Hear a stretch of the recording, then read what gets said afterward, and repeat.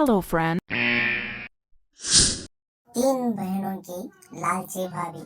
करिश्मा, रेशमा और मनीषा तीन बहनें हैं और उनका एक भाई है मयंक। मयंक अपनी बहन को बहुत प्यार करता है, लेकिन मयंक का पत्नी ममता इस मेले में बिल्कुल ही अलग है। वो उसका ननदों का कितनी बुरा कर सकता है वो करता है और अपनी ननदों पर हुक्म भी चलाती है। करिश्मा, तुमने अभी तक नाश्ता नहीं बनाया? तुम्हारे भैया को ऑफिस जाने में देर हो रही है। हाँ भाभी, बस अभी बनाती हूँ। करिश्मा, तुम ये ढीलापन छोड़ दो। कल को पराए घर जाना है। वहाँ अगर तुम इस तरह से काम करोगी तो लोग क्या कहेंगे कि माँ ने और भाभी ने कुछ सिखाया नहीं। और तुम्हारी दोनों बहनें कहाँ हैं?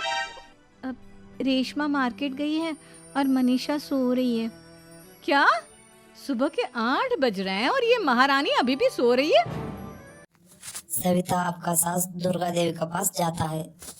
माँ जी, देख रही हो अपनी बेटियों के तौर तरीके? क्या हुआ बहू, सुबह सुबह क्या कर दिया मेरी बेटियों ने? अरे एक तो अभी अभी उठकर किचन में गई है, दूसरी सुबह सुबह बाहर चली गई और तीसरी अभी तक सो रही है। क्या करूं मैं इन तीनों का, मैं तो परेशान हो गई हूँ। जा जाकर उठा उसे और रेशमा से मैं बात करती हूँ। सविता सीधा मनीषा के कमरे में जाते हैं और उसे कहते हैं, महारानी जल्दी उठो, सूरज सर पर आ गया है। भाभी थोड़ी देर और सोने दो ना, मैं रात को लेट सोई थी। वो क्या है ना, यूनिट टेस्ट चल रहे हैं। शराफत से उठती है या नहीं, या फिर पानी की भरी बाल्टी डालूं तेरे ऊपर? नहीं नहीं भाभी, मुझे बिस्तर में नहीं लाना, उठती हूँ मैं। मनीषा जल्दी से उठ के बाथरूम में चली जाती है। सभी आराम से बैठ के खाना पीना करी होती है। रेशमा बाजार से हाथ में सामान लेकर आ जाती है। रेशमा को देखकर सविता उस पर तरस जाती है। लो, आ गई महारानी। ऐसा भी क्या सामान लाना था जो सुबह आंख मलते ही बाजार की तरफ रवाना हो गई? भाभी, कल आप ही तो चीख रही थी कि घर का सारा सामान मुझे ही लाना पड़ता है, घर में किसी को भी किसी काम से कोई लेना देना नहीं है। अब मैं बाजार जाकर सामान ले आई तो आपको इस बात से भी तकलीफ हो रही है? देख रही हो माँ जी, अपनी बेटी की जुबान कैंची से भी तेज चलती है। और मयंक, आप तो कुछ कहेंगे नहीं अपनी लाडली बहन को। रेशमा, अपनी भाभी से ऐसे बात नहीं करते। चलो माफी मांगो। भैया, मैं क्यों माफी मांगू? आप भाभी से बोलिए ना कि हम पर कम हुक्म चलाया करे। हम इस घर की बेटियां हैं और आपकी पत्नी की ननद है, नौकरानी नहीं। लो कर लो बात। इनकी भलाई के लिए कुछ भी बोलो तो इन्हें बुरा लग जाता है। इस घर में यही इज्जत है मेरी। देख लो माँ जी, आपकी बेटी किस लहजे में मुझसे बात कर रही है। सविता वहाँ से चली जाती है।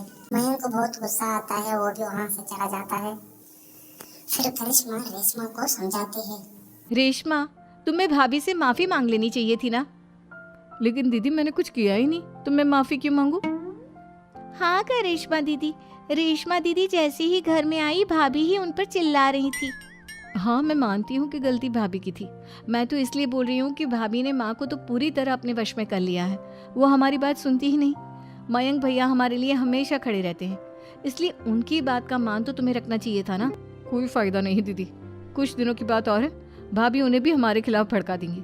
फिर वो भी माँ की तरह हमारी किसी बात का विश्वास नहीं करेंगे।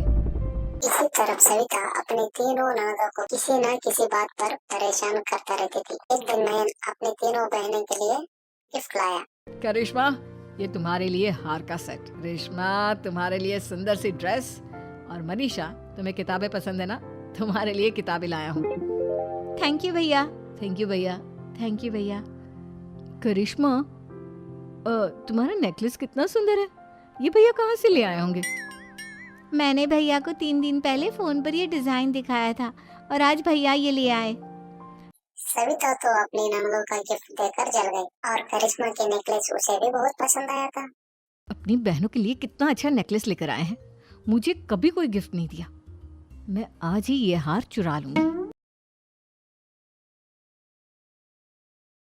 राज कार्टून टीवी।